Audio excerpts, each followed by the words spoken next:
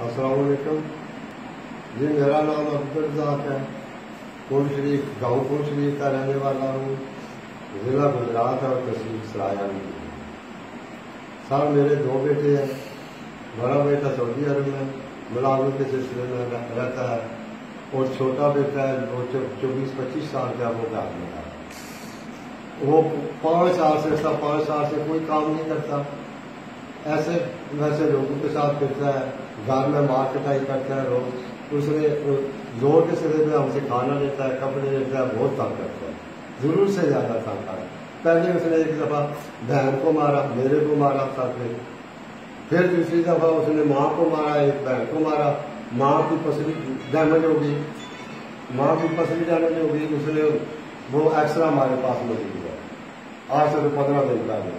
ابھی آج پھر اس نے ہم کو مارا ہے، جان سے مارنے کی دھمکیاں دیتا ہے۔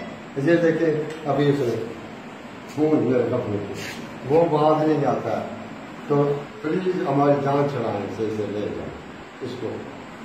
یہ ہمیں تو خطرہ ہے کہ جان سے ہی نہ مار دیں۔ ہم کہتے ہیں کہ کام کاج کر ہم خود 5,000 کی نوکری کر رہے ہیں کسی کی گاڑی، میں رات کو ادھر سوتا ہوں، بیوی میری تو صفائی کرتی ہے، 5,000 میں ملتا ہے۔ ہم اس کو کہاں سے کرائیں؟ یہ ڈنڈے کے طور پر زبردستی کرتا ہے، ہمارے ساتھ مارتا ہے، کہاں سے؟ مہربانی۔